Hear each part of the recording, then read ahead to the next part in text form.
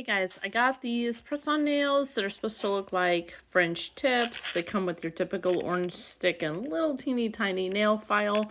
And then instead of coming with glue, they come with these little glue tabs slash sticker tabs. I will be honest, I like these better because they don't tear up my nail as bad. But to me, they're not quite as strong as glue.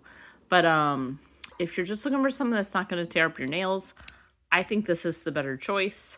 And I will show you what these look like after I get them on.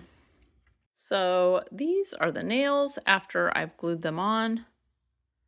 And I think these curve maybe slightly, just slightly more than some of the other nails. So if you're looking for, if you feel like press-on nails are too flat, you might like these a little bit better. Trying to make sure it focuses good. I will say this particular style, I don't feel like you could trim it without messing up the design. So I probably would not get this style again because I like to trim my press-on nails to make them look like a more natural length to me. Here's the underside too, just so you can kind of tell how long they are. Not wiggling, stays on good. They were easy to put on straight. I feel like with the stickers, instead of the glue tab, it is easier to get them on straight and they don't damage your nails as much. Downside is they don't stick quite as well.